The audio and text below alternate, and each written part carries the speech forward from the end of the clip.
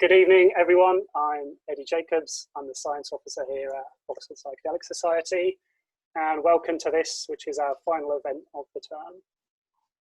For those of you who've been around with us for the whole term, you might remember the ayahuasca Lockdown Symposium, where we got 3 separate speakers together to talk about ayahuasca-themed stuff.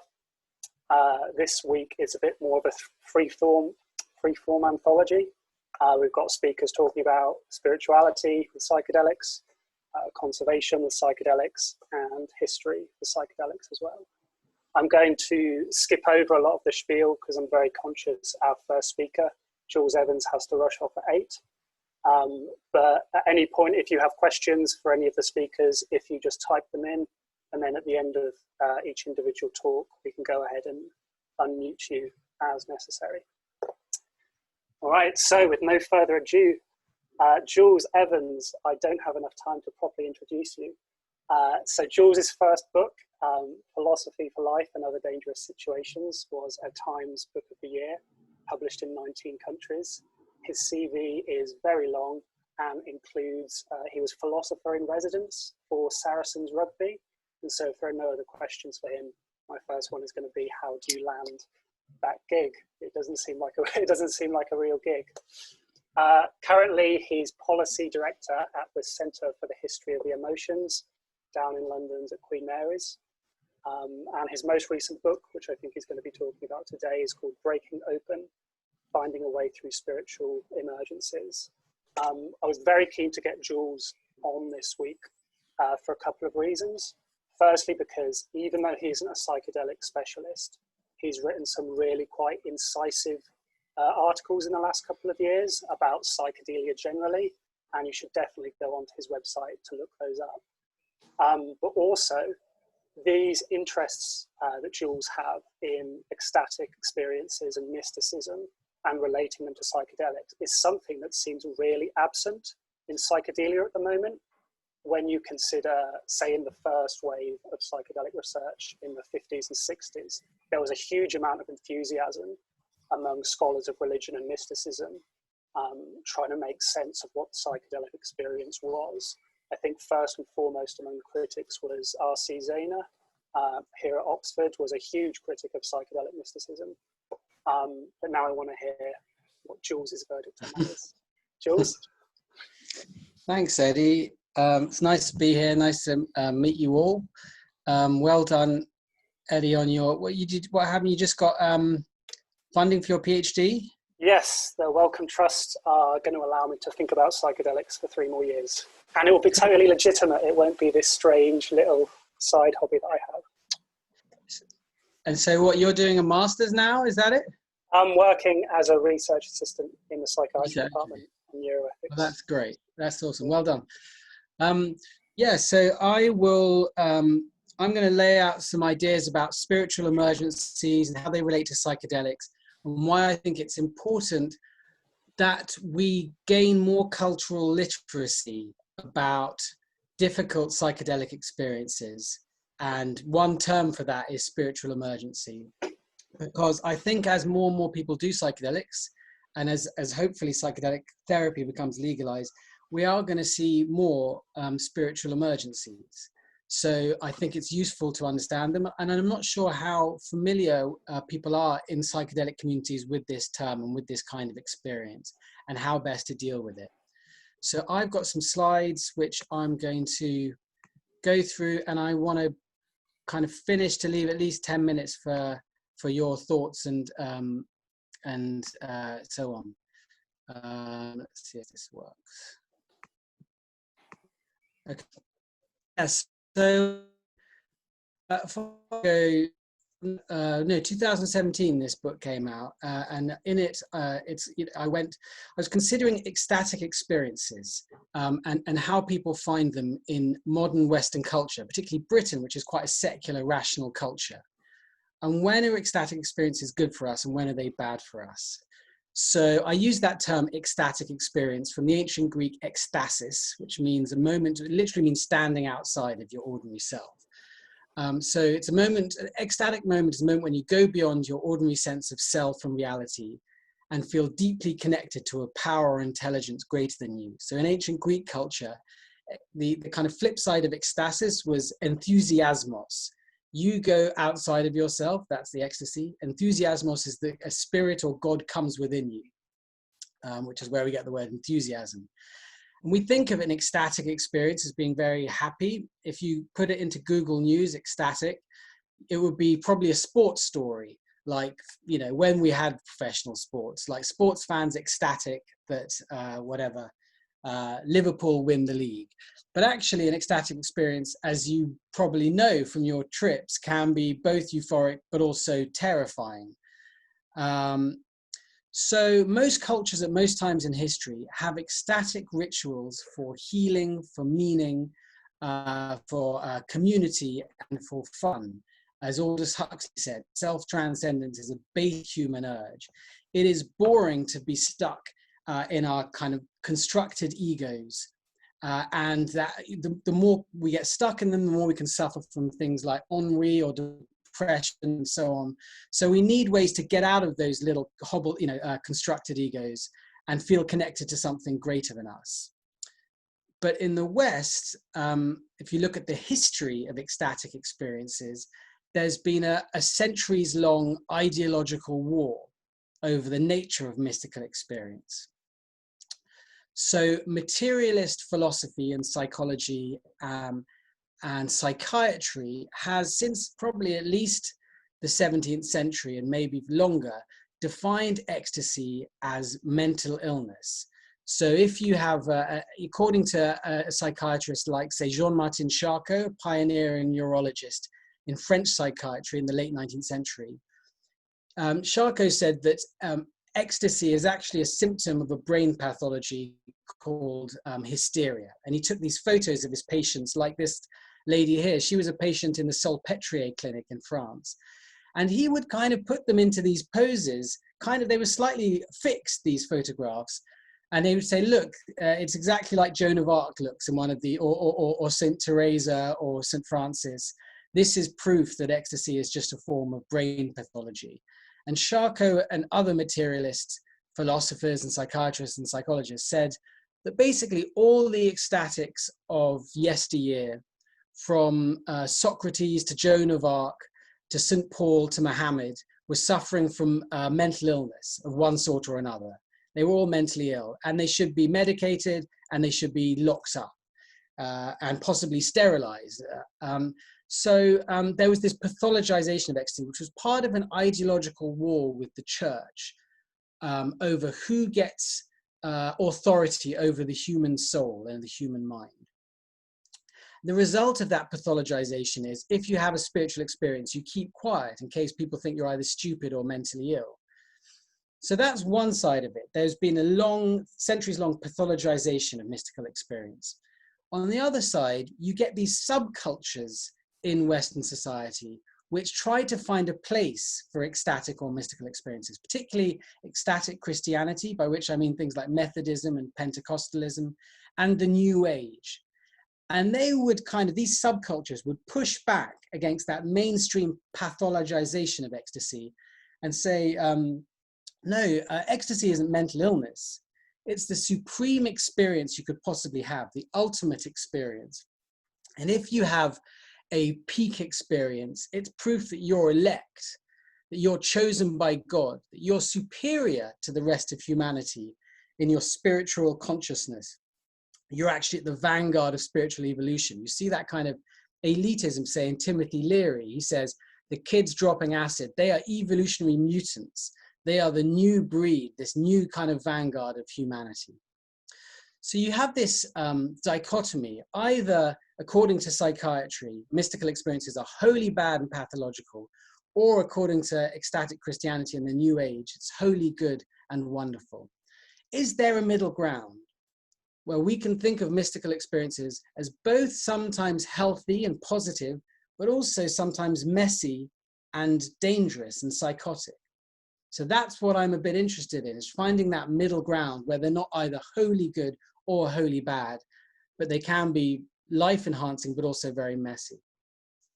So from a philosophical point of view and psychological point of view, some people have tried to look at that middle ground when they think about ecstatic experiences. Like, for example, William James, who wrote the great Varieties of Religious Experience, a kind of early psychedelic classic. He took nitrous oxide and had a kind of religious experience and said, I finally understand Hegel, when he'd kind of taken a big dose of nitrous.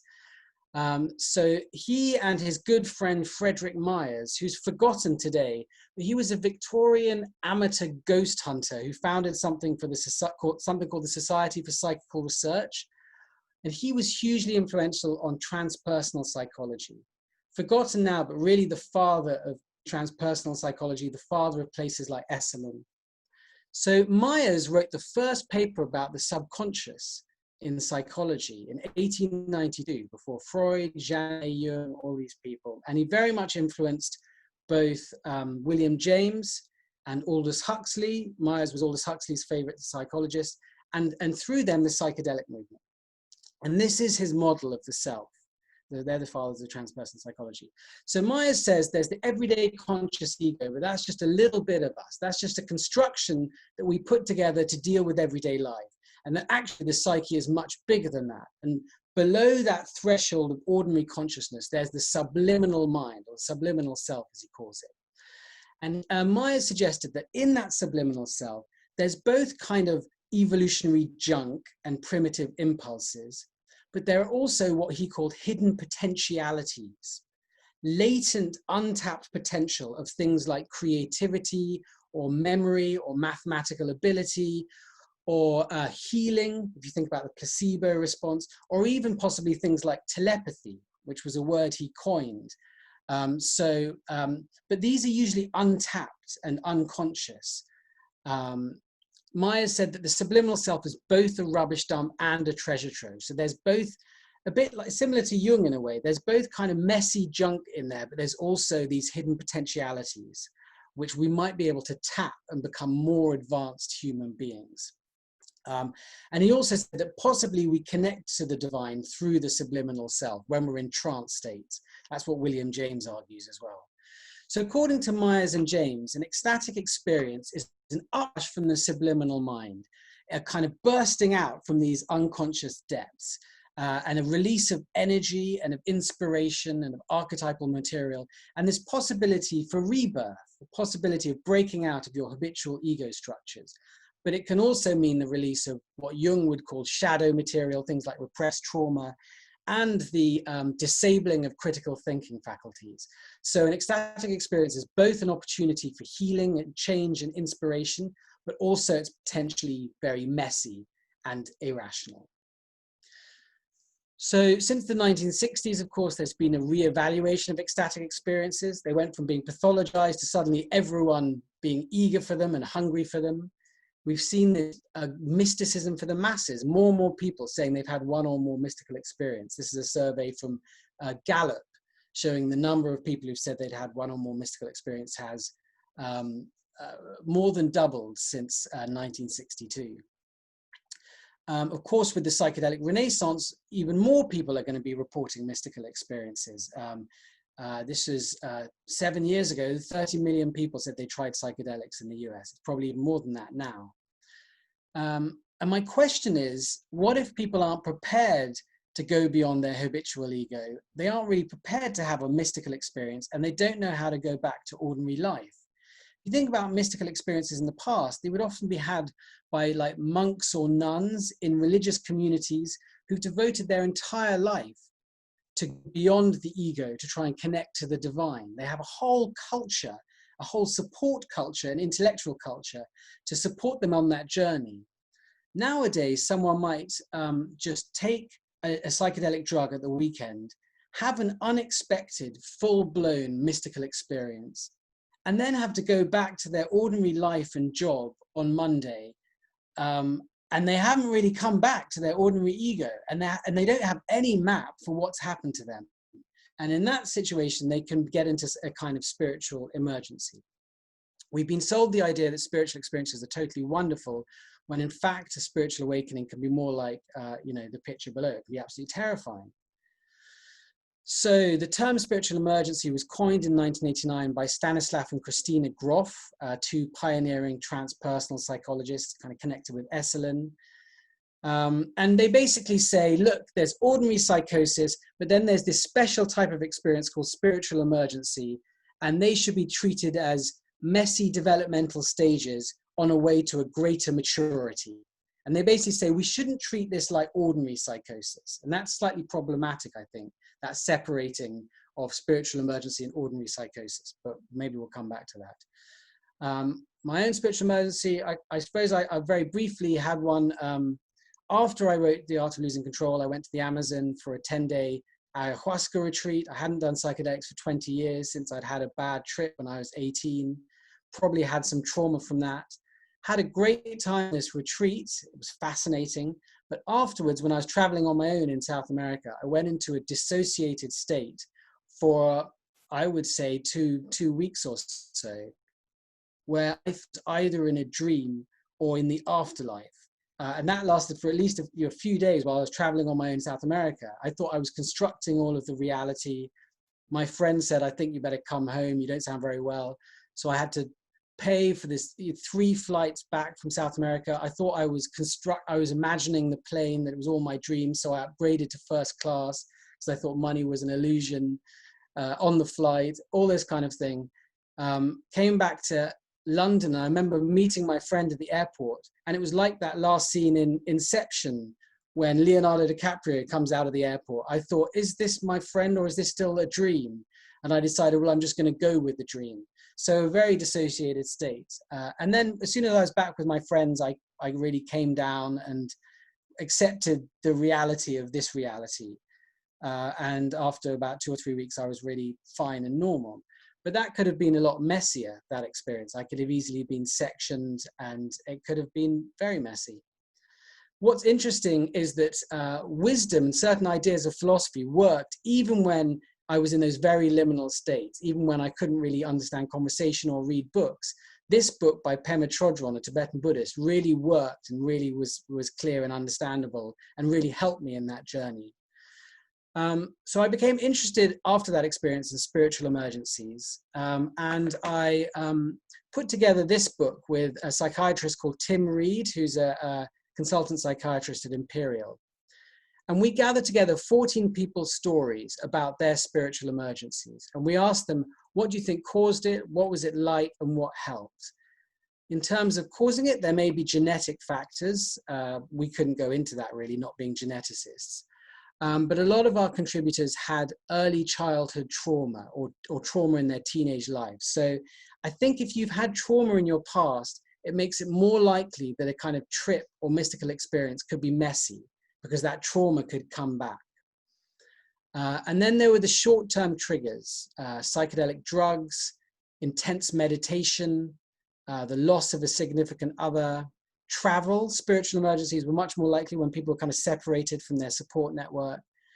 Political crisis. One person's spiritual emergency was triggered by Brexit, another was triggered by 9/11. I've heard of people's spiritual emergencies being triggered by the pandemic at the moment. There may be a supernatural cause as well. We're agnostic about that. What was it like? There's a buildup of tension and then a flip into another state of consciousness. Time slows down, the person's attention is deeply absorbed in the moment. Things take on a heightened significance. There's an overlap of the inner and outer world. Dream, archetypical, mythical material spills out. People notice synchronicities, signs, patterns, uncanny coincidences. And they may see themselves as a cosmic archetype. This is the kind of, classic spiritual emergency after a trip. You think you're like God or Jesus. You think you're controlling the universe. These archetypes, according to Jung, exist in our subconscious, but you can become rather possessed by them. So you lose any critical distance. There can be a feeling of apocalypse, of end times, that you're dead. I was surprised that other people talk about this experience of thinking, am I dead? Am I in a dream? There's a feeling of ontological uncertainty. You're not sure of the reality you're in. It reminds me of the Truman Show a bit. Is this a fiction in some way? Again, if you read Timothy Leary, when he's on LSD, he thinks, is this all just a dream or a play or a fiction? I don't have time for this, but there can be a powerful sense of interconnectedness to the universe. This can be euphoric, but also terrifying. Okay, in terms of what helps, a bit like on a trip, the things that help are setting, and integration.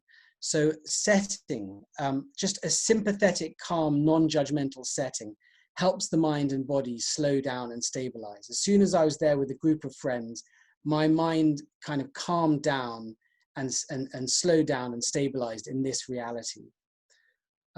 Human connection, love, and touch helps bring the mind back from its flight to transcendence. So kind of hugs were very good for me and other people. Or like, I remember sitting in front of a fire, stroking my brother's dog was incredibly healing. And it was kind of grounding in this material reality. And then maps and guides can help us find our way back. So our contributors talk about certain books or poems or therapists and so on. And tranquilizers can also help take the edge off. You're in an extremely raw, anxious state. So a bit of Valium can really help you in these kinds of states. Obviously, psychiatric wards aren't always the best setting for this kind of experience. The mindset that helps people through these experiences is the main one is finding a positive frame of meaning, not seeing it as just a breakdown experience, not seeing it as just a sickness, but seeing it as possibly a transition to greater wholeness and greater growth, which is why traditional psychiatry can be very bad for these kind of experiences, because they might just label it as schizophrenia or bipolar disorder or psychosis, which just freaks the mind out. So finding a positive frame is very helpful. I think of the quote by Epictetus: what disturbs people is not events, but their opinion about events. A lot of our contributors talk about mindfulness practice, like connecting to the body, the breath, the senses, to this material reality. Attitudes like acceptance, this will pass. If you think I'm going to be like this forever, that will really freak you out. I mean, for a few days, I couldn't understand conversations or read books. And I'd think, am I going to get back or am I going to be brain damaged? But I would remind myself of this Buddhist teaching, this will pass, relax, this will pass. So that's very helpful. And an attitude of humility. The most dangerous thing, I think, on trips or mystical experiences is thinking, because you feel in connection to the divine, you are the divine.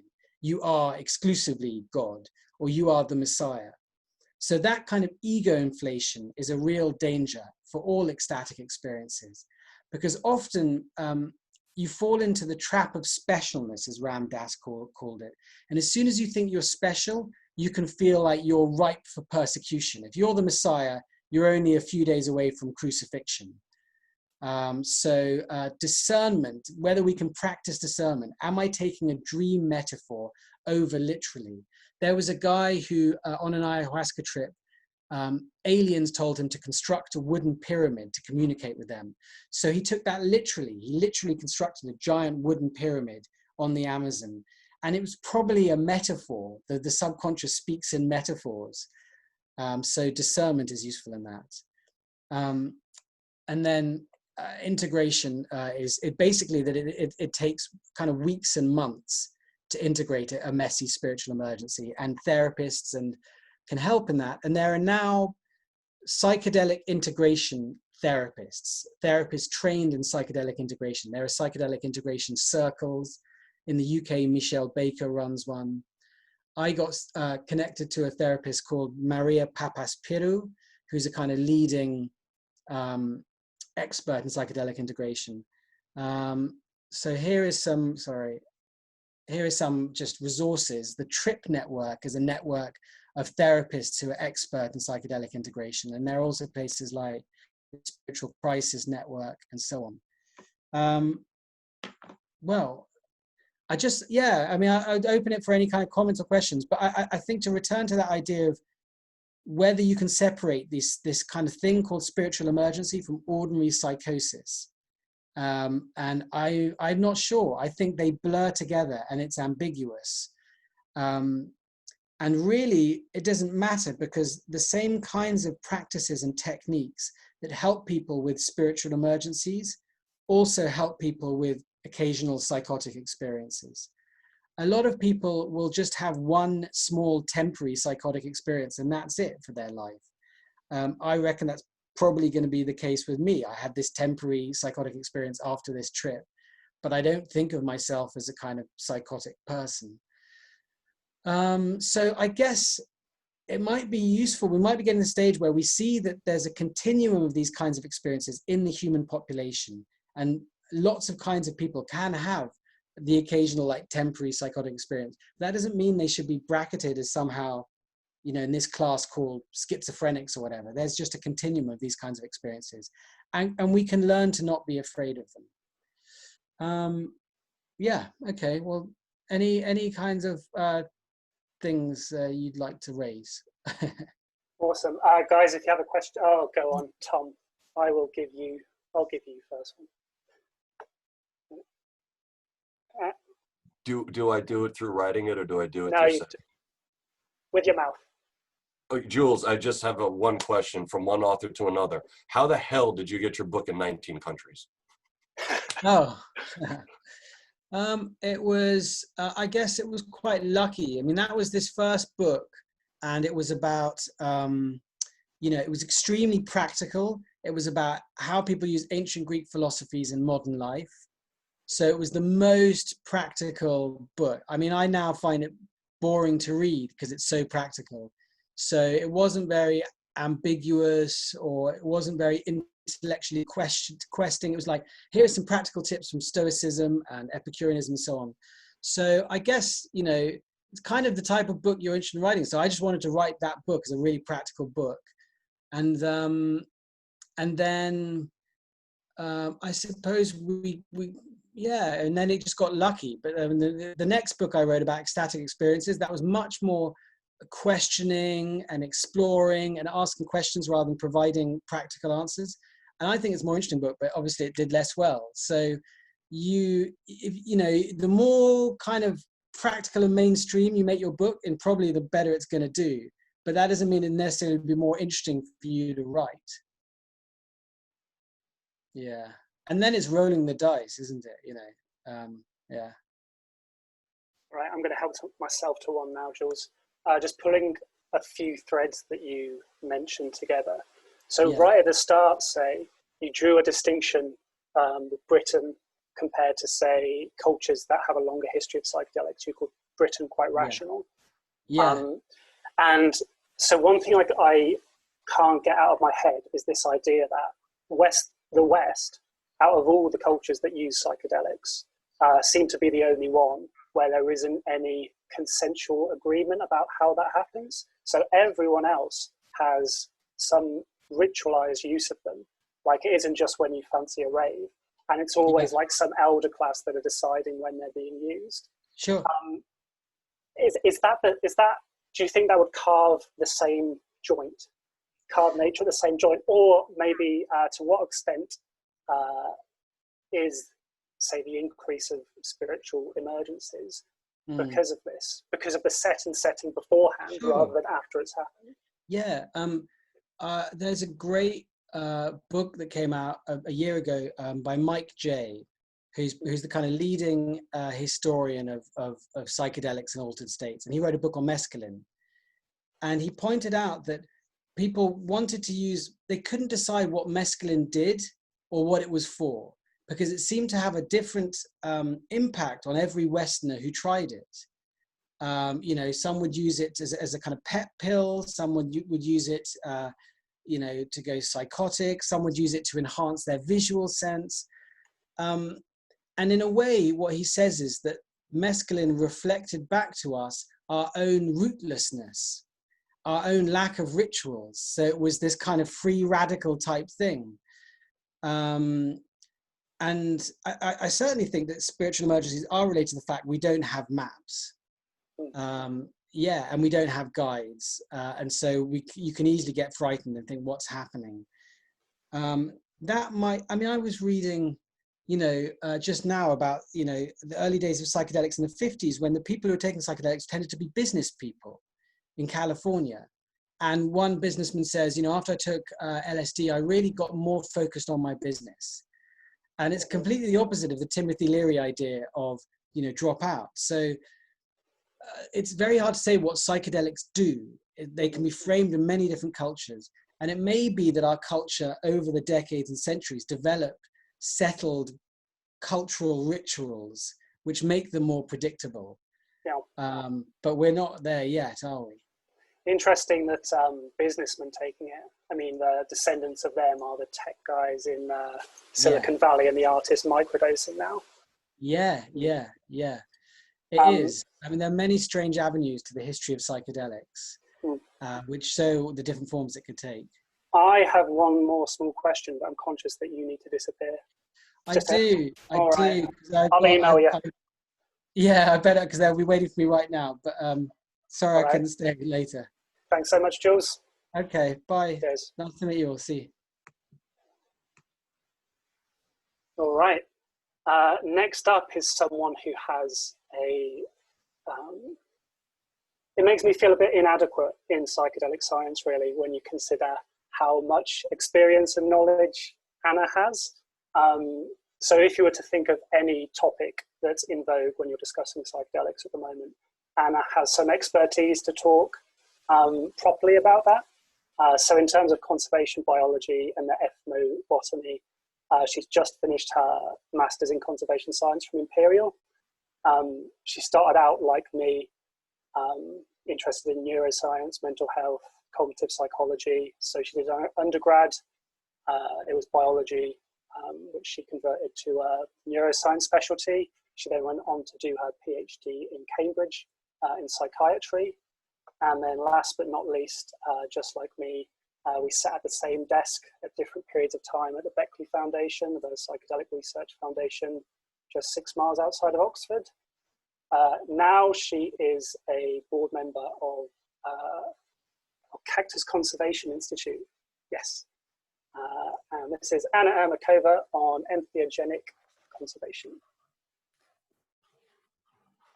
Hello, good evening, everyone. Let me just share my screen. Let's see. Does it work? I cannot see my screen sharing.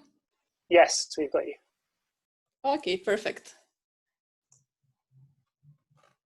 Today I'm going to present 4 case studies about natural occurring psychedelics and shine a spotlight on the darker side of, say, plant medicine use.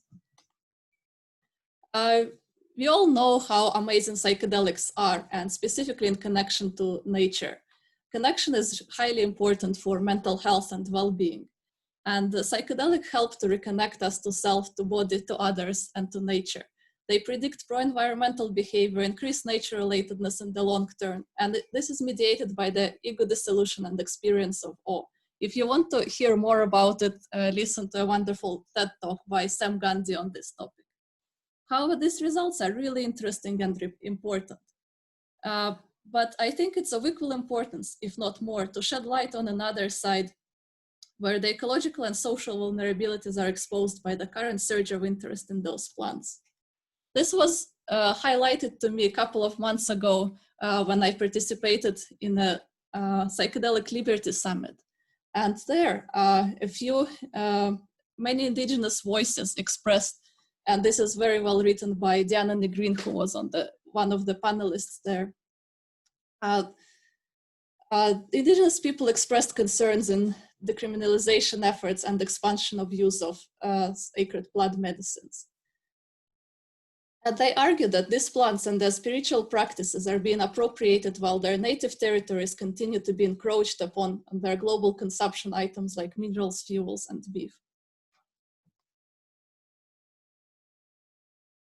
So this is the darker side of psychedelics. More and more people are turning to psychedelics in search of healing, connection, meaning.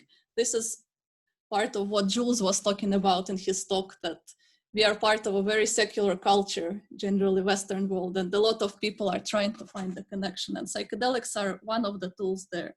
And in response to this, all over the world, more and more retreat centers are opening up, promising healing, reconnection to an indigenous lineage of choice, with a variety of substances like ayahuasca, San Pedro, peyote, cambo, rapé, very often within the same period of 1 week.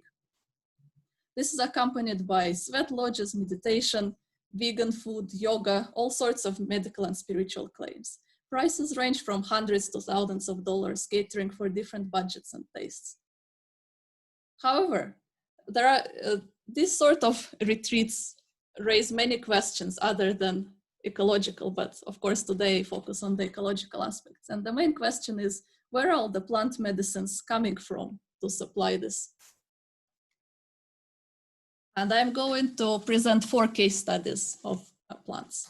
The first is peyote harvesting.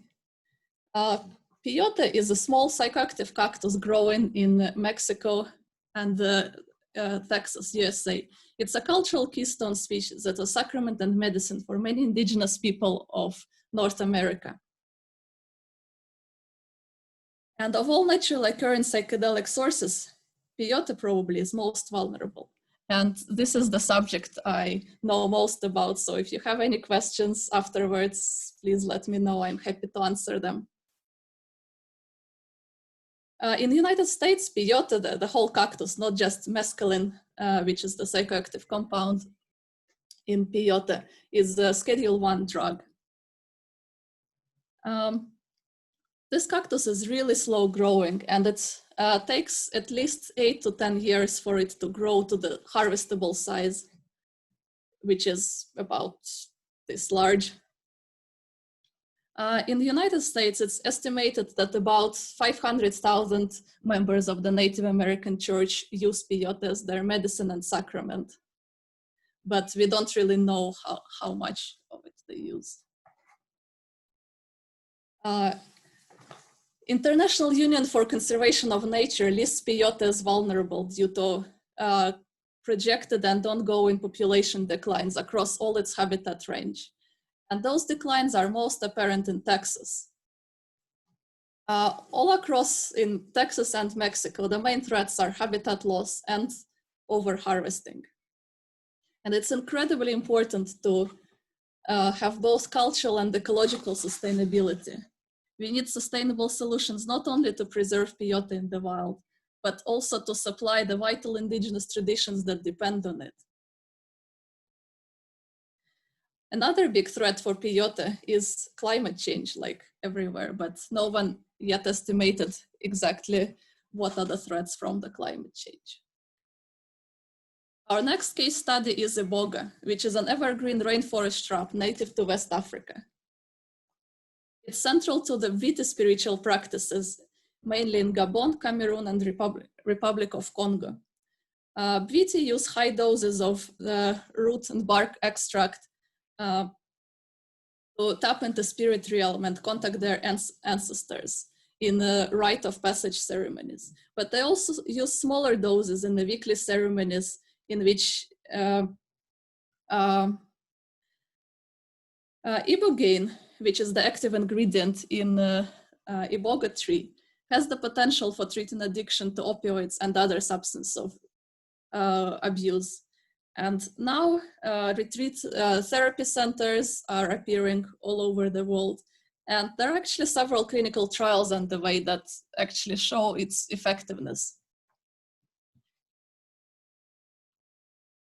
However, in Gabon, there are many reports indicate that there are big shortages of iboga tree, where even the Viti have to pay for the shrub, which used to be easily foraged in the wild. In 2012, Gabonese government commissioned a report into the state of iboga because iboga tree is considered cultural heritage and national treasure. And they identified 7 main threats to iboga. And the first of them is increasing global demand for the tree itself, as well as climate change, evangelical influence, deforestation, urbanization, decline in animals, and lack of cultivation of this plant. Like peyote, iboga is very vulnerable because it's a very slow growing plant. Iboga's fruits attract, among other animals, elephants and gorillas who spread the plant's seed, but those animals are also endangered. However, on the red list, Iboga is considered as least concern because outside of Gabon, where there are serious shortages, it's still fairly widespread. Our next case study is Sonoran desert toad, which is a very large toad native to Sonoran Desert in southwest of United States and north of Mexico. And the glands of this toad secrete milky substance protecting toad from predators. Amongst the contents of these secretions is 5-MeO-DMT and bufotenin. And 5-MeO-DMT is one of the most potent psychedelics. And in the last few years, its popularity has risen in a variety of underground ceremonial settings. When the venom is extracted from toad, toad is supposedly not harmed. So you get the toad, you milk it, and it's often presented as a sustainable practice because once you get the venom out of the toad, you release it back into the wild. However, what is not mentioned, that often toads are released elsewhere, not in the place where they were collected, and that they're much more vulnerable to predation without the venom. I really like the description of it by one of the activists from Arizona who is trying to protect this toad. Think what it would mean to be an orgy, get abducted by aliens, tortured, and returned a few days later after staying in jail. You can only assume it's not a good experience for the toad. And we know that stress can have severe influences on growth, immune function, reproduction, and survival of an animal. Also, handling toads can spread pathogens, and toads and amphibians in general are highly susceptible to one particular pathogen that is now rapidly decimating amphibian populations and has already wiped out 90 species, brought 500 more to the brink of extinction, and is affecting many, many hundred other species. And that particular fungus is called the chytrid fungus.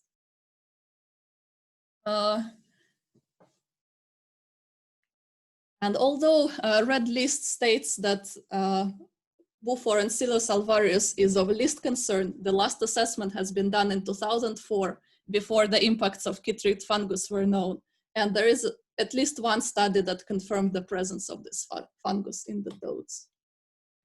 The next case study is ayahuasca, which is a brew consisting of a mixture of plants containing psychoactive DMT and harmful alkaloids that help DMT to be active when ingested orally.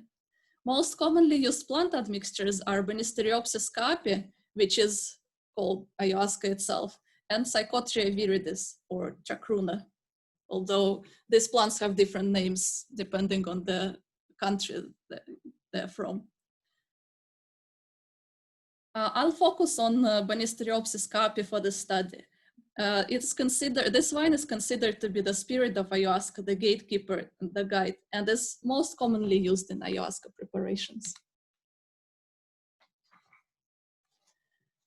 Reports from ayahuasca centers such as Iquitos in Peru and others indicate local depletion of this wine.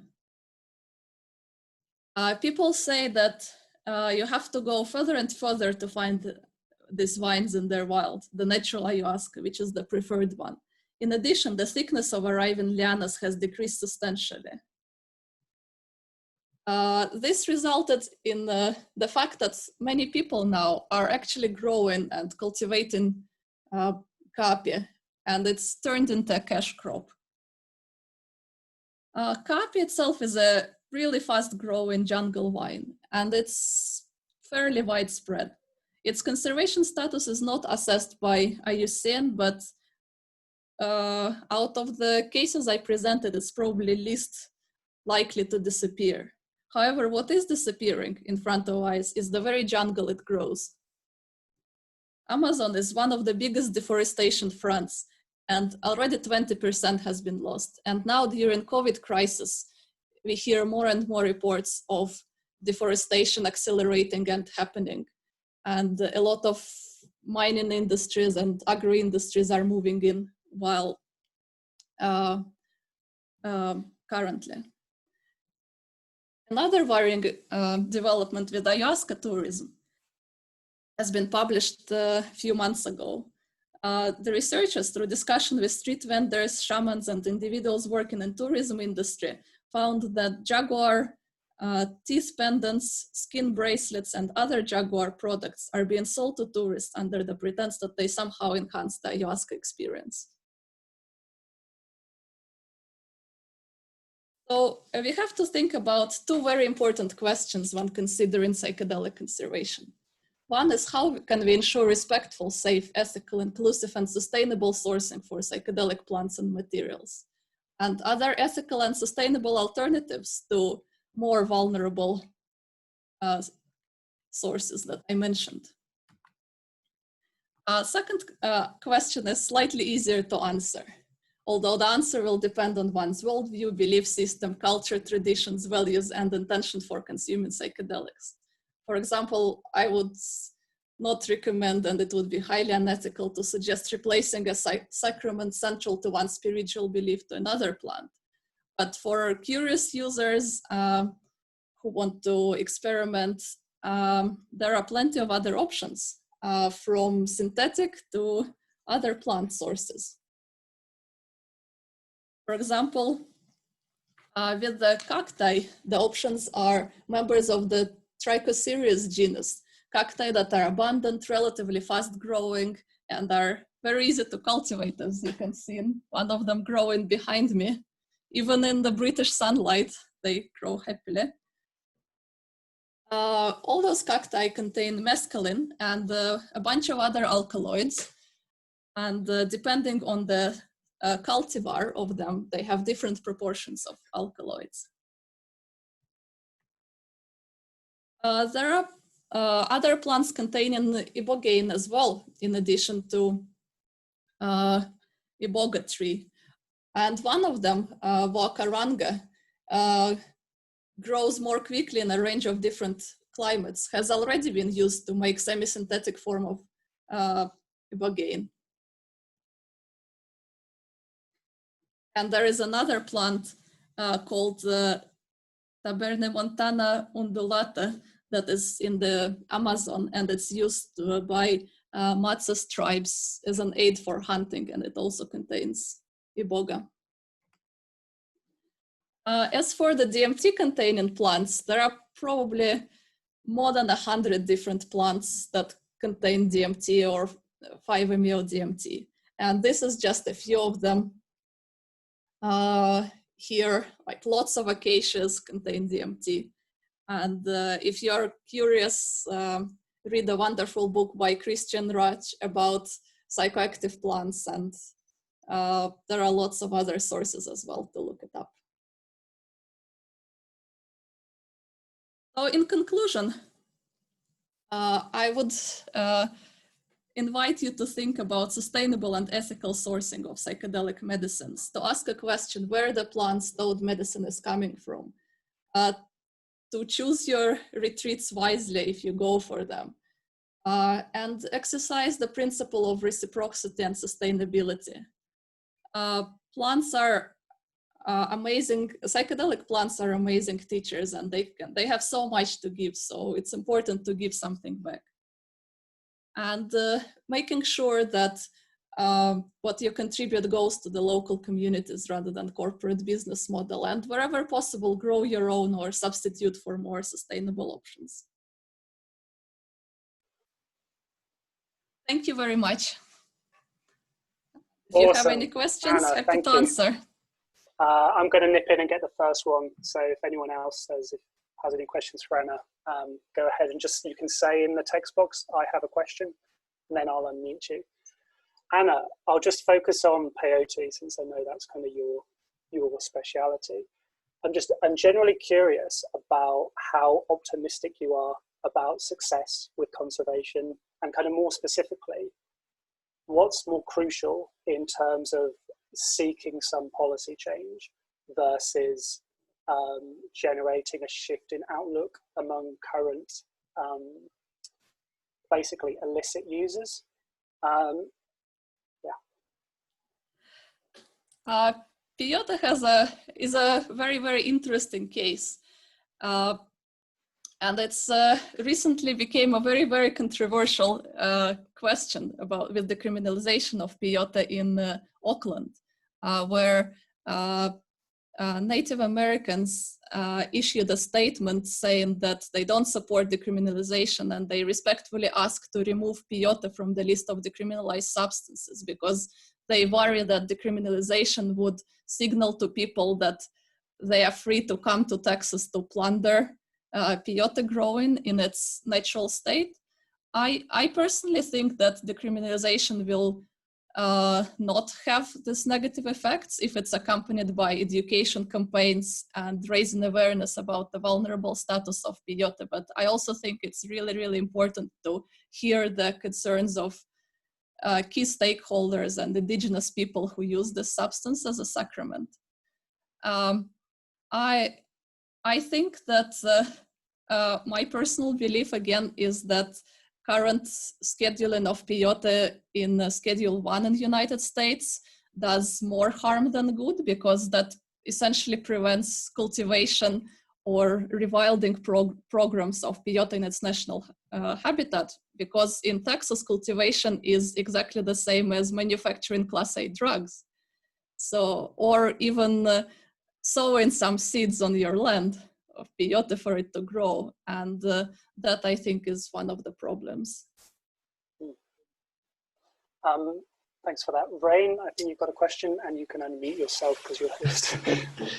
Okay, so my question is, so obviously peyote's natural habitat is in the south of US and Mexico, as far as I know.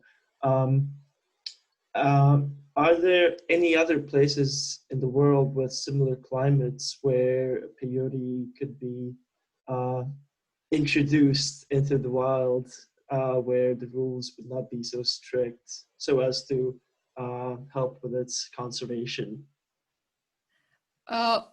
Well, I don't know about introduction to the wild, because it has particular requirements for the soil and the but I know that in cultivation, peyote grows fairly easily, and a lot of places all over the world cultivate it for horticultural purposes. For example, in Thailand and Japan, actually, it's very popular as an ornamental plant. And in Europe as well, there are many people who cultivate it in Germany, in Czech Republic. Just as a note, from time to time I go to the British Royal Cacti Society meetings, and they do like these shops and everything, and there are always loads of peyotes on all the stands as well. All right. And it seems that a lot of people are growing them for this purpose, well, ornamental purpose, of course. So whenever I go there, like, it kind of warms my heart that, you know, even if it's endangered in the wild, at least it seems like there would be quite a lot of windowsills where it might still be found. But that's more like an anecdotal thing.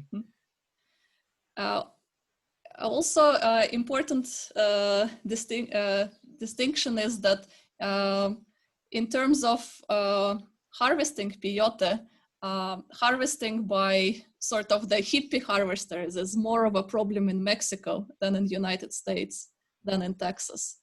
Because in Mexico, in the United States, most of peyote grows on the private land. So it's a lot harder to access it than in Mexico, where it's just grows out there in the desert. So it's a lot more of an issue in Mexico. And again, those retreats that I mentioned, most of them are in Mexico in various gray areas of legality. On the matter of legality, do you have a sense of what would be a better policy option from a conservation standpoint for peyote? Because on the one hand, if you were to say regulate it, it avoids this problem that I thought of when you mentioned a good practice would be to say, like, ask people, where is this medicine coming from? Like, is this sustainably sourced? But I mean, the thing about drug dealers operating on a black market is they will bag up cocaine and say that it's vegan or ethically friendly or something. So I'm curious about just decrim for that. But on the other hand, there feels like there's something a bit strange about taking something that is a culture's sacrament and subjecting it to, say, the rules of the FDA or whoever. Yeah, I agree with you. I think it's very strange to put peyote and regulate it as a Class A drug, and it's even more strange because it is restricted for some people and not the others. For example, it's for Native Americans in the United States, they are allowed to use peyote, and they are exempt from those rules. So it's a bit of a strange legislation, and it's certainly not based on any scientific harms of peyote, because it's incredibly safe and could be very beneficial. Awesome.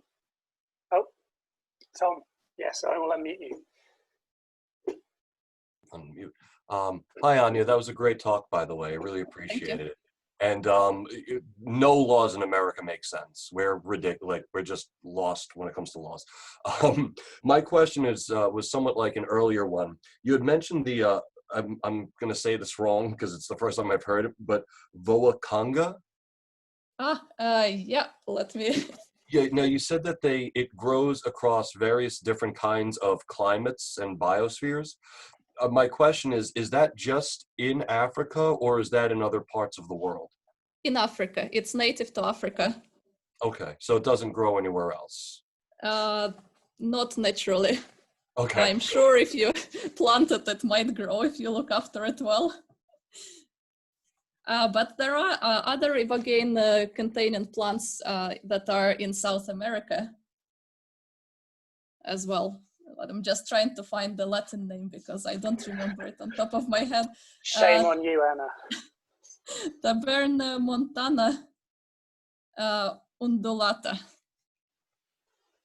That's the one. Awesome.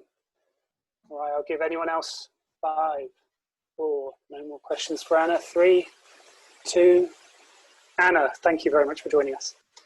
All right. And last but by no means least, calling in from Portland, Oregon, is Tom HATSIS. For those of you who don't know, Oregon seems to be a center of quite a lot of interest from people interested in psychedelic policy at the moment. So as well as initiatives towards decriminalization for entheogens, with the decriminalization. Yeah. They're also very close to having the first state legalized psilocybin therapy program. And they are at the moment just desperately trying to squeeze out the very last few signatures that they need to get this measure on the ballot. Tom is a historian of magic and psychedelics. He's an author of 3 books on the subject, and there's a 4th one coming along the way. I think if I'd been in this position at OPS 5 years ago, there would have been no chance that I would have invited Tom, because being this hard-nosed rationalist then, the magic aspect wouldn't have appealed to me at all. And it's only as I came to understand psychedelia more broadly, it becomes clearer, it makes more sense. So they're both about ritual, there's lots about intention setting, there's lots about symbolism, and I think historical study of the 2 fields blended together is very productive. But now I am definitely keen to have Tom HATSIS talk, because at Breaking Convention last year, I can't say Tom HATSIS' name without mentioning this Breaking Convention talk that he did last year, which completely forensically pulled apart this myth that is very popular in psychedelic circles about mushrooms being found all over the place in Christian art. And that was such a joyful thing to watch, because everyone likes to believe that story. I like to believe that story.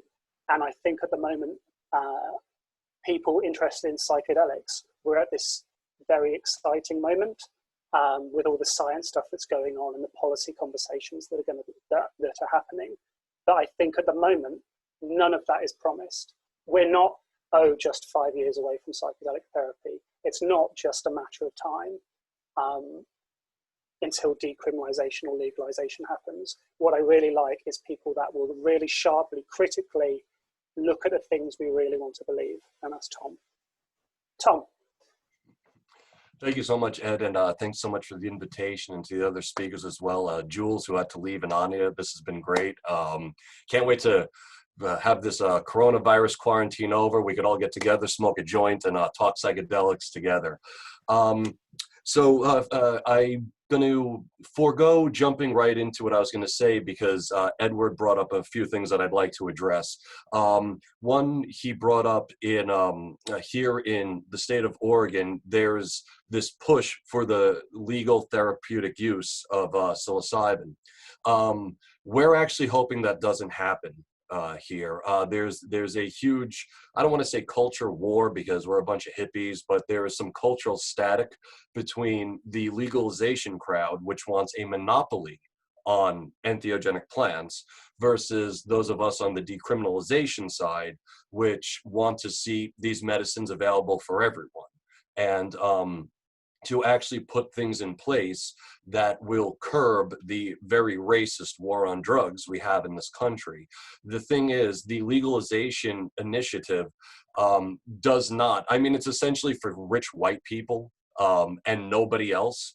And it's actually, there are a lot of restrictions to it, and the people that are in charge of it, they're the Eckert family, Cherie and Tom Eckert, don't seem to have the best intentions in mind for others. They seem to just want to capitalize on this. And as we all know, as soon as the profit motive enters into any situation, it completely rots it from the inside.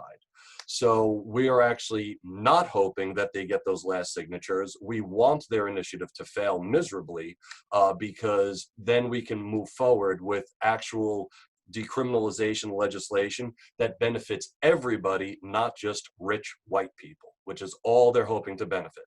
So that's one. Two, as far as magic, and maybe people might not take that seriously or be like, oh, you do magic, so you must be a kook. When I say the word magic, think of it as mind hacking, because that's what magic actually is. It's mind hacking. It's not, you know, a hocus pocus thing. It's a way of retraining your brain, sometimes with mushrooms through neurogenesis, and to develop better personality traits or overcome trauma or depression. You take somebody who has a deep trauma that leads to depression, that's suicidal, right? And that person has this beautiful ayahuasca experience where they see the symbology of their trauma and turn that into fuel for a better life. Well, fuck if that ain't magic. So I don't mean hocus pocus, I mean real magic. What I do, now to my not really prepared remarks, but what I wanted to discuss is I'm somewhat of what you might call a psychedelic detective when it comes to psychedelic history, meaning that what I do is I go in, and there are people, Edward brought up that people believe there are mushrooms in Christian art.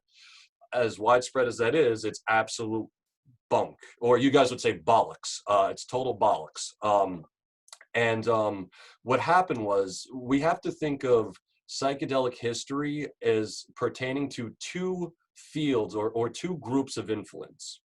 The first group was made up of highly intelligent people, all of whom I respect, that were not historians and put ideas out into psychedelic culture that were more like opinions than any kind of fact. This would be guys like Albert Hoffman, guys like Michael Harner, John Marco Allegro, Terence McKenna, and Paul Stamets. I have tremendous respect for all of those people. None of them apply critical historical methods when they're kind of trying to draw their conclusions, right? And when you actually use critical historical methods to uncover the truth, well, you find that there's a very different story. So that's that first sphere of highly intelligent, good people who just so happen to put inaccurate ideas into the culture, which results in me getting a lot of nasty emails by people who, I guess they haven't really dissolved their ego as much as they think they have, because they get upset when they're shown to be incorrect. Now, the second group The second sphere of psychedelic historical influence is coming from people like you mentioned Mike J earlier, the great historian Mike J, who wrote Mescaline. He also wrote Emperors of Dreams, which is one of my favorite books in psychedelia. Doesn't get as much, shout outs as Mescaline, but it's really fantastic and I highly recommend it. So anyway, guys like Mike J, Chris Bennett, the great cannabis historian, Rob Dickens, who's over in the UK, Danny Nemu over in the UK, and dare I say myself. And what we've done is instead of just buying what that first sphere of intellectuals have said about psychedelic history, we've actually gone back and read the sources and learned the languages and translated those sources to discover what is true and what is not. And so I'm going to go over today, in the short amount of time I have, what I call psychedelic bullshit. You're just wrong about that. And what we need to be able to do is recognize when we are wrong about something and not cling to our egos and not cling to our cognitive dissonance, but actually listen to somebody who, dare I say, might have been studying this for 25 years and might actually know what that person's talking about. So to begin with, let's start with the rites of Eleusis in ancient Greece. I'm sure many of you have heard that they used ergot. There's no way to say a show of hands, but because your screens are blacked out, but many people believe that ergot, the precursor, thank you, Edward. Many people believe that ergot, which is, I'm sure you all know, is the precursor for LSD, was used at Eleusis. Now, this was put into the LSD cultural historical climate by a book called The Road to Eleusis by Albert Hoffman, Carl Ruck, and Robert Gordon Wasson. Now, when they were writing that book and when they were trying to determine what was in the Kaikion, it was the Kaikion, I should say. Again, I'm sure you all know this, but this is going to be on YouTube, so maybe doesn't know. The Kaikion was the special drink imbibed by the initiates at Eleusis. The thing is, we today like LSD. We love LSD. I love LSD. So it's easy for me to fall into the trap of, well, my own preferences are what everybody must have preferred as well. 9 times out of 10 in history, that is never the case. And when you do that, you take the situation, you take the historical datum out of its context. And when you take something out of its historical context, you change its meaning. You change its meaning completely. You change it to a meaning that's comfortable for you. But that might not be what happened. Ergot, there's very little chance at all that ergot was used at Eleusis because we don't even have any evidence for it. For those of you who have read The Road to Eleusis, and those of you who might not have, you might not recall the evidence that they use, which is this. They said that because the Rarian Fields, which is where the grain for Eleusis was grown, was right across the street from the Telesterion, which is where the ritual took place, that must be, they were growing ergot on the wheat and bringing it right across the street, right? That, as I'm sure you know, is called thinking that correlation equals causation. And one of the ways I explain this in modern terms is when I grew up in New York, there was a McDonald's restaurant not too far from my house. I still never ate there because it's disgusting food. So proximity to something doesn't matter really. On top of which, ergot grows mostly on certain strains of wheat, and that kind of strain wasn't what they were growing at Eleusis. Now, it can grow on what they were growing, but a lot of the times it doesn't. It grows on other species are a better host to it. We happen to have a bas relief from the ancient world that shows Persephone rising from the grave, which is the central story behind Eleusis. And she's has in her hands, and I don't have slides, but I do have this one image I'd like to share. Ed, could you put this up on the screen for everybody? Could you do a share screen, please? Just for a moment. Rain, I think that's going to have to be you. Oh, okay. Oh. No. Oh, Raina, sure. Yeah, what do I have to share exactly? Can you allow Tom to share? Share screen. Oh, okay. I thought... His sanctum open. Yeah. Okay. Try now. If it's too much of a hassle, no worries.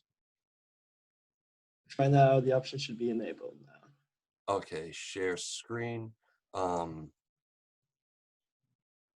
Let's see if this,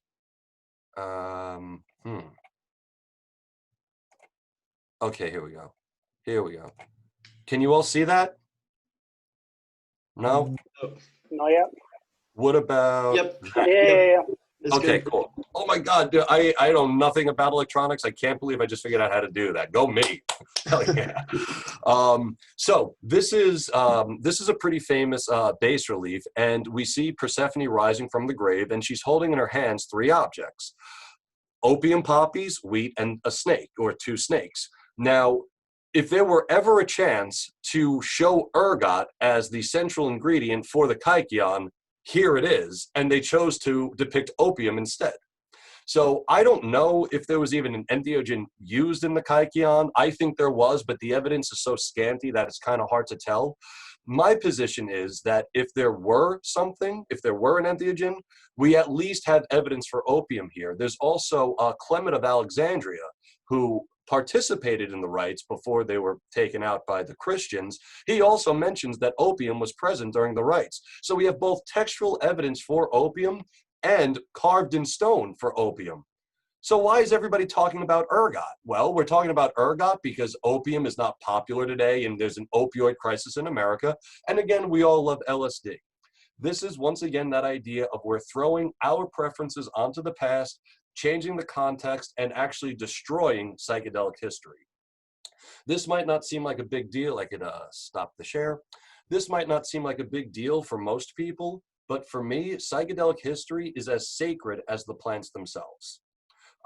So, you know, I think that it's important to get it right. I think it's important we talk about honoring our ancestors all the time. We're not going to honor our ancestors by being full of shit, full of bollocks about what it is that they were doing. That's not how you honor anything. You honor it by trying to get closer to it, trying to get to the truth of it. So I rarely will make a definitive claim about psychedelics in history unless, there's really just an abundance of evidence to support my claim. Moving on to something else that is very popular today, I'm sure many of you have heard of, the idea that there are mushrooms secretly hidden in Christian art. There are so many reasons why that just doesn't make any sense historically, but I'll give you just a few right now. So I could go into the different images and showing you why there were alternative explanations, but again, I'm not good with slides or things like that. I'm very primitive when it comes to technology. But I want to give a few historical reasons why it's completely nonsensical. The first is that there's this embarrassment, so to speak, of riches regarding these mushrooms in Christian art. I don't want to really call him a researcher because he's not, but a person named John Rush wrote a book named The Mushroom in Christian Art. And some of you might have read that or heard of it.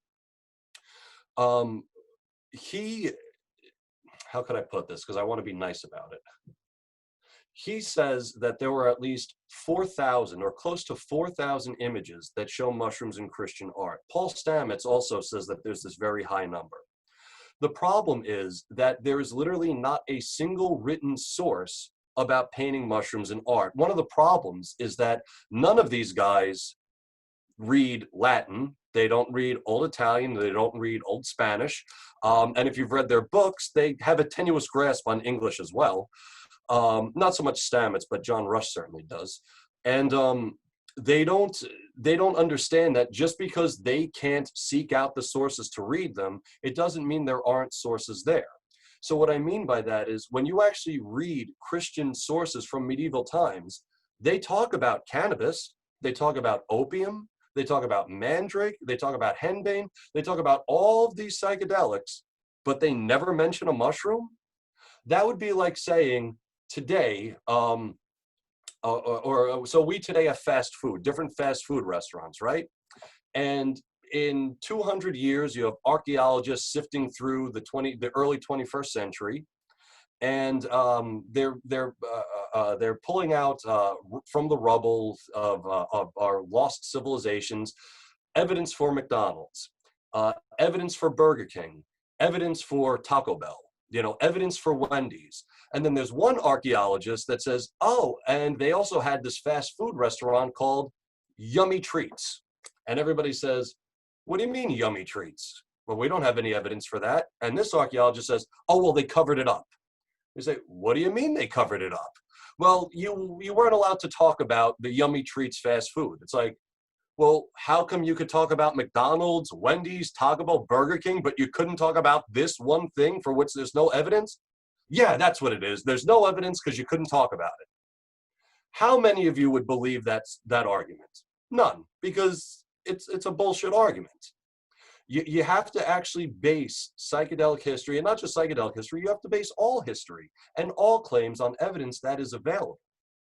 And as far as there being a mushroom in Christian art, every one of those pictures, all 4,000 of them, have an explanation that is naturalistic, doesn't require conspiracies or leaps of logic or illogic for that matter, that anybody can really understand. I'm writing a book on this right now for what is it? McGill Victoria University Press. They want a book. They want a scholarly book that debunks the holy mushroom, and so I'm going to provide that for them. Another problem you have with this is the way texts were transmitted in the ancient world. If somebody wanted to write a gospel of the holy mushroom, they would have just done it. They didn't have these, you know, restrictions or anything. Books in those days were just copied out by hand. There'd be nothing from stopping somebody from writing a book about the holy mushroom and then passing it along and have that person copy it, pass another copies out. There'd be no way to police that practice. You couldn't eradicate it. You know, today, like we have all these strictures in place that stops children from looking at pornographic websites or going into nudie bars and things like that, right? They didn't have that in the ancient world. So there'd be no reason not to write about there being mushrooms in Christian art. And I don't want to stay on this for my whole time. I just want to point out just how irrational people can be about their beliefs in psychedelic history, where they could just suspend any proper judgment because they want to believe something is true. So if I leave you all with anything today, it's don't believe something simply because you want to believe it. Do real research. And I don't mean Googling your opinion, which is what most people think research is. Google is not doing research. It's a good start, but it's not the end. So, you know, people often think like, oh, look, I typed my opinion into a search bar and 5 things came up. I must be right. Go me. No, you start there. You don't end with Google. You start with Google. And I say that with tremendous respect to Google. I use it just like everybody else, but you know, it is a very powerful tool, so we have to use it in a little bit more intelligent way. This carries over to the whole Santa Claus was an Amanita muscaria mushroom. I'm sure a lot of you know that. People believe that Santa Claus, because his costume is red and white, well, it's obviously based off Siberian shamans who ate these mushrooms, and that's where, you know, the whole thing comes from. All of that is factually incorrect. Santa Claus as a cultural figure does not begin in Siberia. He actually begins in America. Now you have other, you know, forms like Santa Claus and, you know, in all parts of Europe, of course, in Eastern and Western Europe. I'm not talking about that. I'm talking about our modern concept of what Santa Claus is, appears in around the 1820s in America. And when he first arrives, he didn't wear red and white. There's actually, there was for like 100 years before he ever wore red and white. And when he finally does, the red and white from his costume is actually based on the American flag, the red, white, and blue from the American flag, as I demonstrate in my latest book, Psychedelic Mystery Traditions. There was an artist named Thomas Nast, and he depicts Santa Claus handing out provisions and gifts to Union soldiers. This was during the Civil War in my country. The Civil War was the war that ended slavery. So he shows Santa Claus handing out this stuff to the Union soldiers to beat the Confederacy, to free the slaves. And he's dressed in the American flag. His trousers, his knickers, I guess, have stripes on them, the red and white stripes on them, and his jacket has the stars. That's actually where the red and white comes from. Then in the 1930s, years later, almost, 70 or so years later, when Coca-Cola adopted Santa Claus as their spoke self, they had already been advertising using red and white. So they dropped the blue from his costume, leaving only the red and white. It has nothing to do with the Amanita muscaria mushroom. On top of which, nobody ever said anything about this during that time. People often point to these postcards that have Amanita muscaria on them. They aren't Christmas cards. They're all New Year cards. Many of them, in fact, all of them say Glückig Neujahr. I'm probably pronouncing that wrong, but that means Happy New Year. It doesn't mean Merry Christmas. And when they came to America, nobody associated Santa Claus with them. In fact, I challenge anybody to do a Google image search and find just one postcard from the early Victorian era that shows both Santa Claus and the Amanita muscaria mushroom. They don't exist because that is a modern idea that we've invented in about the last 20 years or so. So again, we're taking our preferences. We love mushrooms, and we're throwing it onto the past because that is comfortable for us. History is rarely comfortable at all. On top of which, when we think about, and I just want to get this out there, when we think about the red and white from Santa's costume, sure, you could say that it's from the Amanita muscaria, but it's actually from something way deeper and more profound and more important, which was the liberation of an entire group of people unjustly slaved and brutalized in my country. I think that message is far more important than bullshit about mushrooms. Pardon my English, but it is. It's far more important. Equality among all people and all races, all genders, all religions is a far bigger message than pretending that Christmas comes from mushroom traditions. Last point on that. One of the reasons that people go for this, mushroom Christmas thing is that, as a lot of us know, the Amanita muscaria mushroom has a mycorrhizal relationship with conifer trees, right? And I'm sure a lot of you have heard that that's why we place presents under the tree, because it's based off of finding the mushroom under the tree, and the mushroom is the real gift. Totally wrong. When these ideas were forming in America, in my country, Christmas trees weren't even popular yet. And in fact, Christmas stockings, which today kind of take a back seat to the Christmas tree, they were actually the primary gift delivery system, because gifts in those days were smalls. We didn't have the rise of corporate capitalism yet. So there were little nuts and candies, maybe a small wooden soldier or something, or, they would put them in the Christmas stockings, right? When Christmas trees enter the Christmas story, at least in my country, they're hung from the ceiling. And the presents are actually put on a table somewhere else in a room on what was called a Lichtstock. If anybody is tuning in from Germany, the Lichtstock is that Christmas pyramid or a Christmas triangle, right? So still, we have the Christmas tree, we have the gifts, and they're still not even related to each other. Finally, when the gifts do become associated with the trees were still small in those days, that you put them on tables, and the gifts were also still small, and they were hung on the branches. It's somewhat like almost a century after the Christmas tree in my country enters the story that the gifts are finally placed under the tree because of the rise of corporate capitalism. The gifts got much bigger, children got a lot more spoiled, and so that's how it just made more sense to do that. What I'm getting at is this. If placing presents under the tree were really an echo from finding Amanita muscaria under trees in the wild, then that fact would have been evident from the beginning.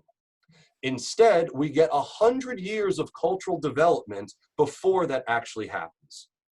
And I believe in Germany, where the first Christmas trees were, it's the same situation. They didn't even put the presents under the tree. That did, these things would be, it would be obvious from the beginning. Same thing with Santa Claus's outfit. It would be obvious from the beginning. People would have been talking about, oh yeah, his costume is red and white because of the mushroom.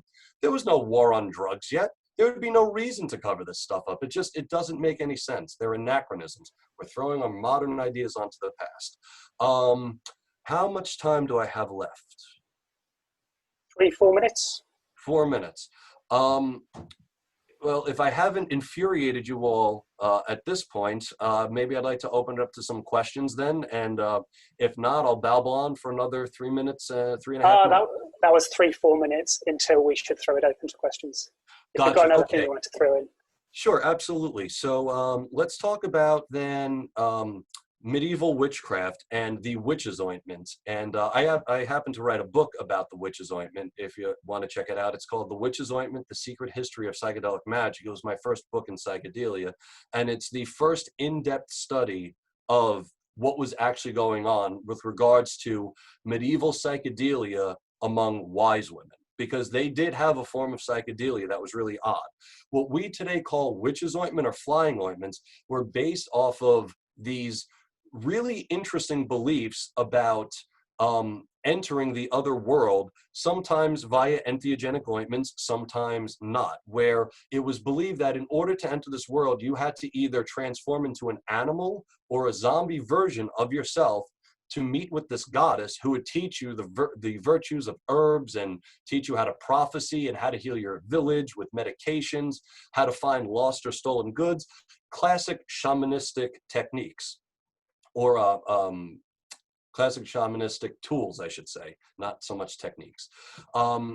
And there's comes from this idea, this notion we have today that women were oiling up their brooms with these ointments and masturbating with them, and that's where we get the idea of women flying on a broom. That's not true at all.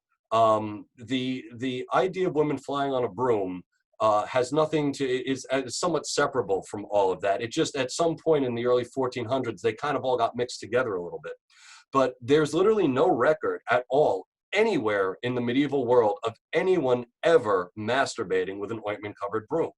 Every time this comes up in the records, and it isn't too much, it's very limited evidence we're working with, they always say that they used their fingers or they used a pessary. And think about it. Brooms today are uniform, they're manufactured, they're smooth, right? The handles are smooth. In medieval times, a broom was it was made from, you know, the leafiest branch that you could get off of a tree. Now, I don't want to sound too crude, but just think about the splinters of masturbating with a broom and how truly painful that would be, considering it's completely unnecessary. That idea of masturbating with an ointment-covered broom is no older than 1973. It was invented by two guys named Michael H. Michael Harrison, who seemed to have come up with it first, and Michael Harner, the great anthropologist. Neither of them actually supplied concrete evidence for this claim. They cited sources, but when I went back and looked at these sources and translated from the original Latin, they were not saying anything about masturbating with brooms at all. And in fact, if you read the sources that they claim to say this stuff, they don't say it even in the English translations of it. That's one of the things about being a psychedelic detective, is even when I get something that's already translated to English, I still go back to the original language and make sure that the translator got it correct. So women weren't doing that either. They were using entheogenic ointments, at least so far as I can tell from the evidence, but they were not masturbating with the brooms. It doesn't make sense. It would be very painful. And on top of which, men also engaged in this kind of practice. And needless to say, we don't have vaginas. Some people would say, oh, well, then they were using their rectums. I say, okay, show me the evidence for that, of which there is zero. Brooms actually weren't even the only thing women were said to fly on, or men for that matter. They were also flying on benches and stoves. Anybody want to oil up a stove and shove it up your hoo-ha? I don't think so. In fact, you know the thing, the flying instrument, or the flying implement, I should say, that comes up the most in medieval records? Large pieces of horse shit.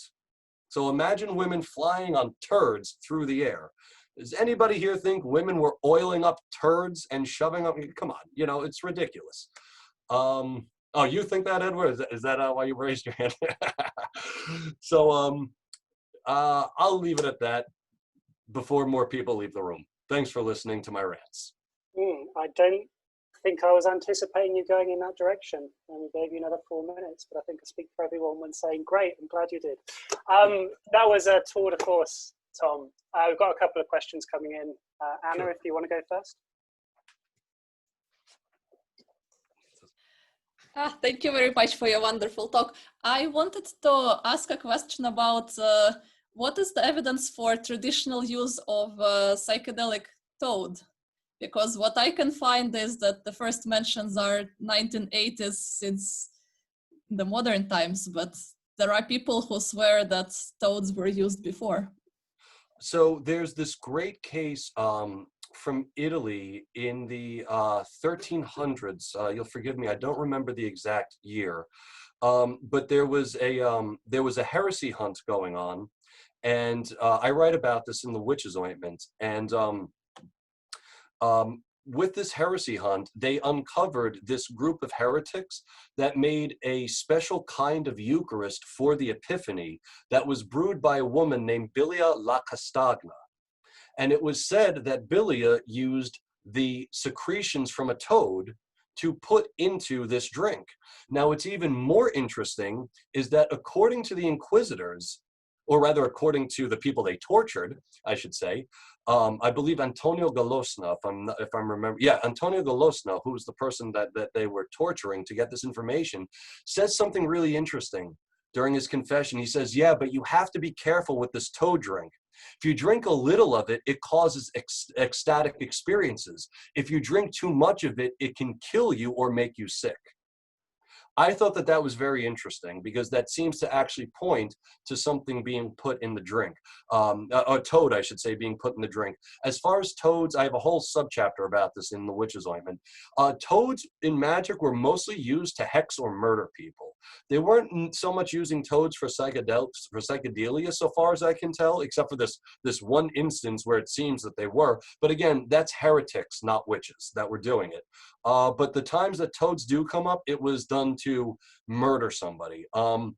There was a case where some guy was mad at his local priest, so he snuck into the church at night. He tore up a toad and took its blood and everything, and he threw it into the sacramental wine. And the priest he didn't like drank it, and he ended up recovering, but he was first, as you could imagine, very, very sick and, you know, on the verge of death. They were using things like mandrake, henbane, belladonna, and opium. And people that had money, like the upper classes, they were using things like cannabis and opium, along with mandrake and henbane. The poor local village healers, the women, they were using the things that grew naturally around them. You know, so that could include things like cannabis as well. You know, we don't really have much evidence for these women using cannabis, but that doesn't mean they weren't necessarily using it. One of the problems with when you're reading the Latin version of this stuff, 9 times out of 10, this was before botany, so they didn't care about what plants were being used. They care about the magic being enacted. So they would just use the Latin word vene. We get the word venom from vene, V-E-N-E. So they would just say something like quandam vene, which means some kind of poison. Now again, in Latin, poison doesn't mean poison the way we think of it today. Poison meant 1, something that could kill you, 2, something that was a medicine, or 3, something that we would say would be entheogenic. And then you have to read for context of what form of vene are they using. And normally when they're talking about a toad vene or an amphibial vene, they're talking about it in the context to murder somebody. Magical murder. Veneficia. Alice, you had one? Oh yeah.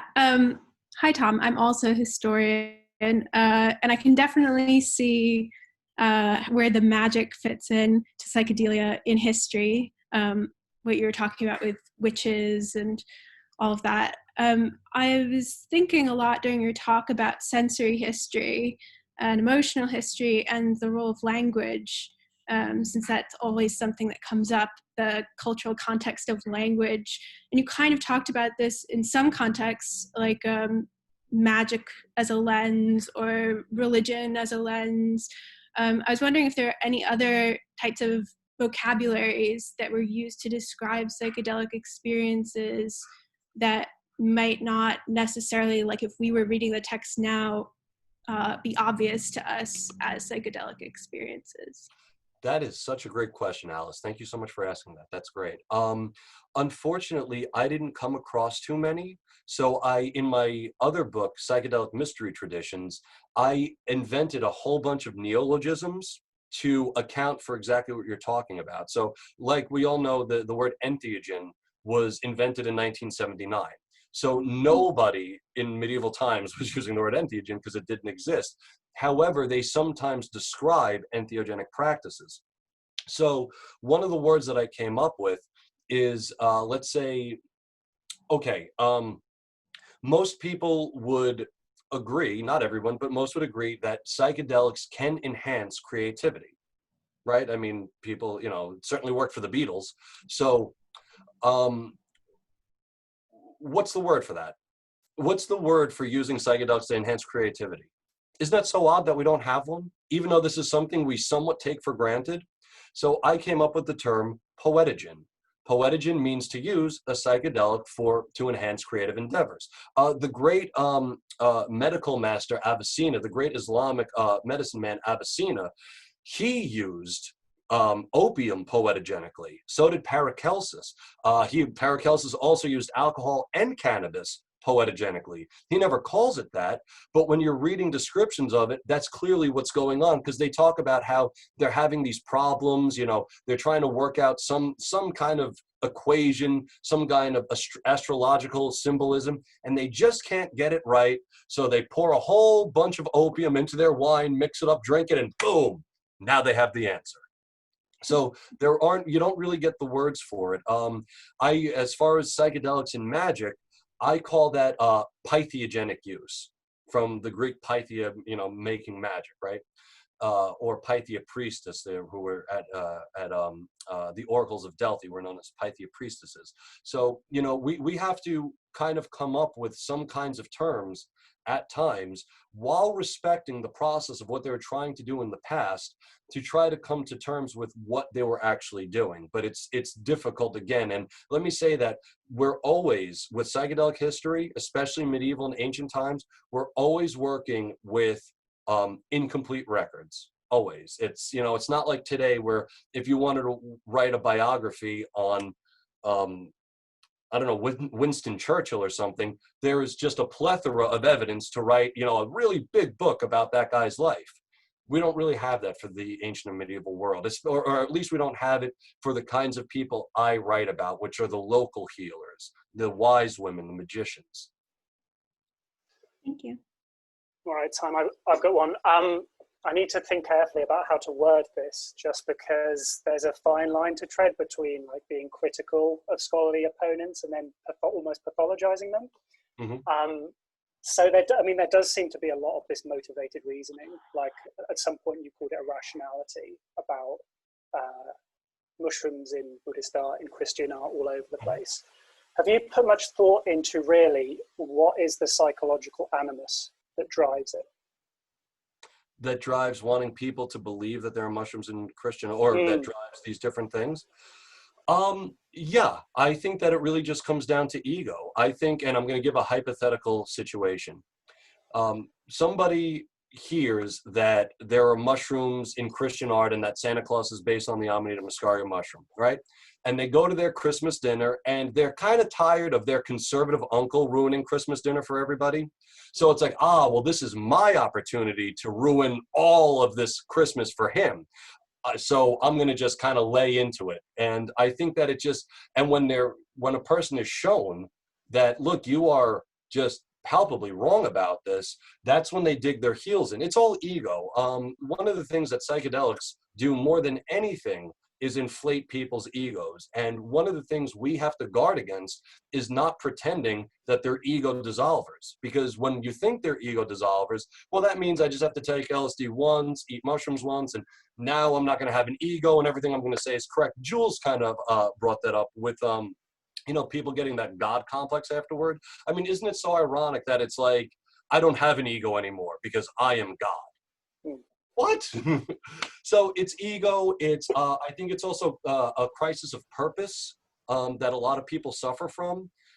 They want to be right about something. I think we all have our own individual traumas, and people are just really desperate to want to be right, and they want to feel like they have all the answers.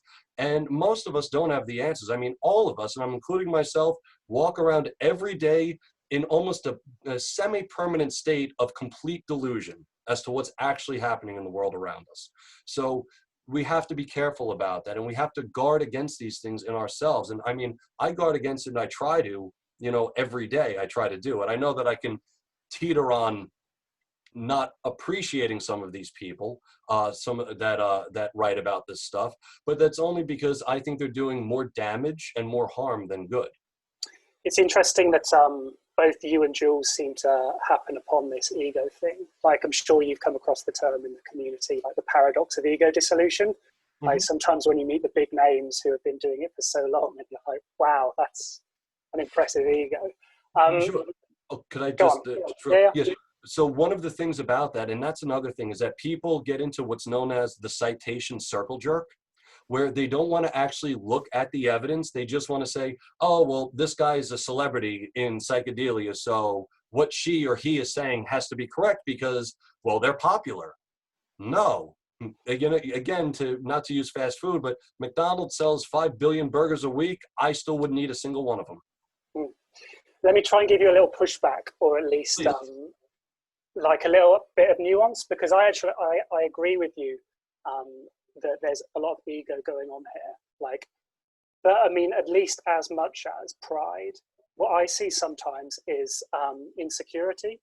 Like, so especially in terms of like the policy conversations, if you've got someone who's pro-prohibition, you have the first back and forth in the conversation, and it gets to, well, cannabis, MDMA, look at their harm risk profiles.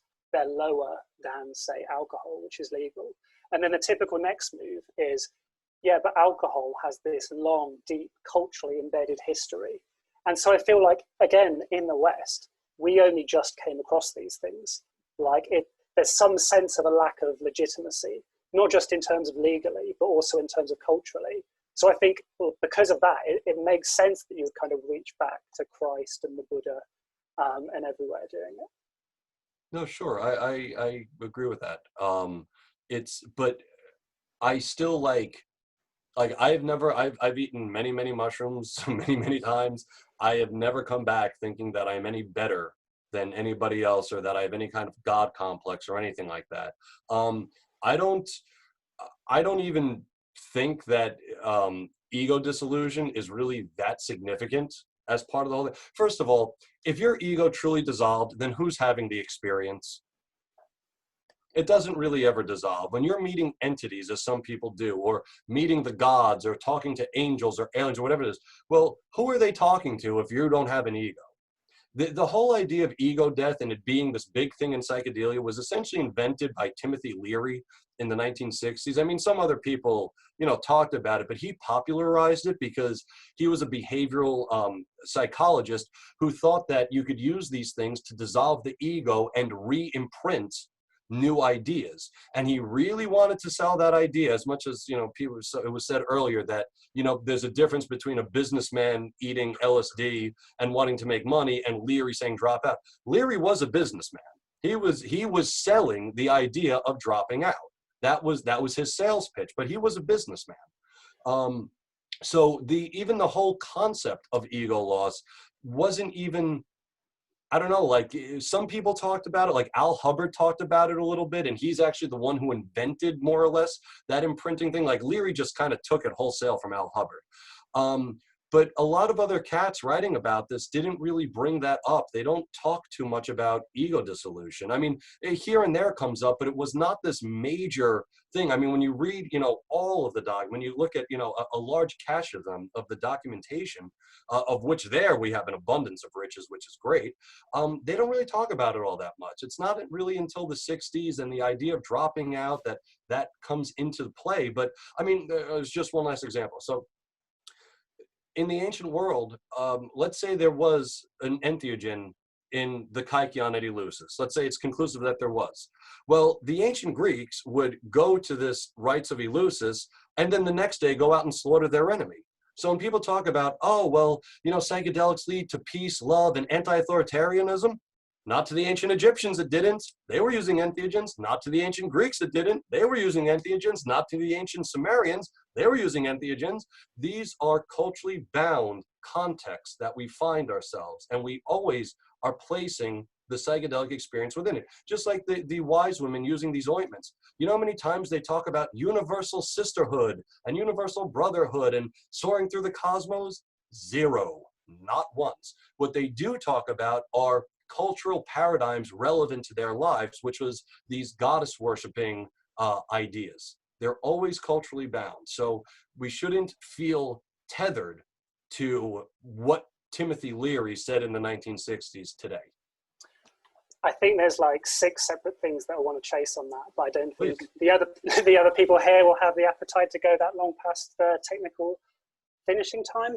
But I'm interested in your kind of skepticism towards ego dissolution. But like you say yourself, it's culturally bounded. But the evidence, the kind of counter argument, you say, well, if you're experiencing ego dissolution, then who's having the experience? But that's kind of presupposing an ontology that experiences need to have experiences. And like when you move from like history and science to metaphysics and ontology, all of a sudden it's a very different game you're playing with metaphysics. I guess that's all about that. Sure, but that's highly theoretical and speculative. I mean, I don't know that it is. I think it's just less popular. Metaphysics isn't highly... No. But we have a metaphysics that allows us to say, of course there needs to be someone experiencing it for there to be an experience. Like you can't get around that. Okay, sure. So I guess that that's a very good point.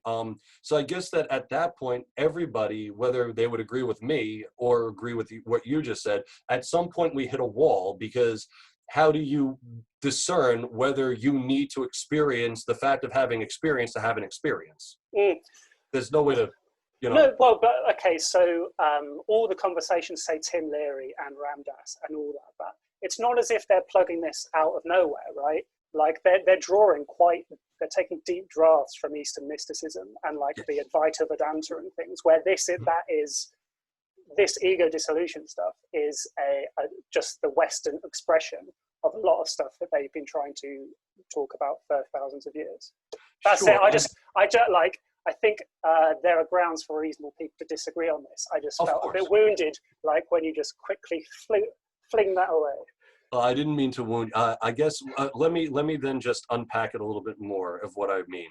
I'm not saying that you can't have an ego death experience when you take like a high dose of ayahuasca or something, or or LSD or whatever.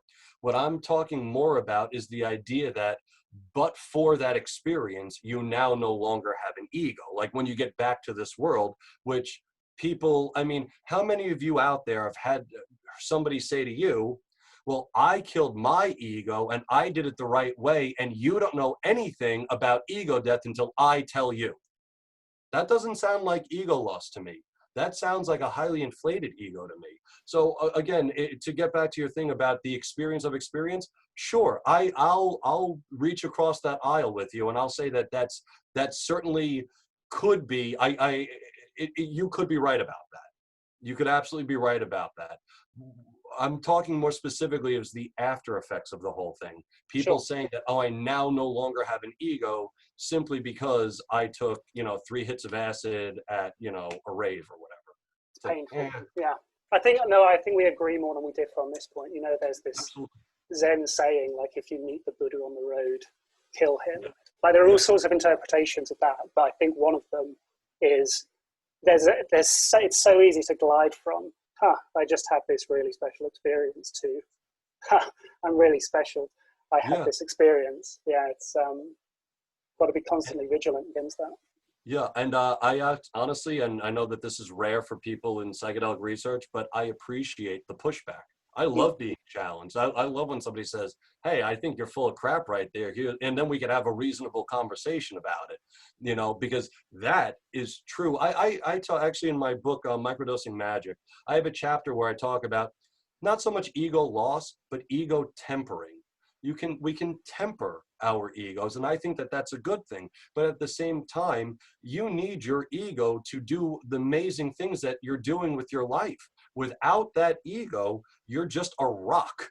You know what I mean? You're just you're a rock. You're just dirt sitting there. Of course, ego can get in the way of wonderful things, relationships, business partnerships.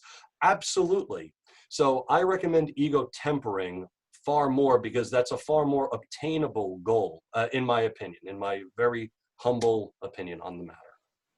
I think, Tom, that is a good point to round things up. Thank you so much for joining us. Anna as well. You've made my evening, you guys. Everyone else, thank you for coming. Maybe we will run one of these during the vacation. It depends if any other committee members can be bothered or just want a long holiday. At the very latest, see you in Michaelmas. Goodbye, guys.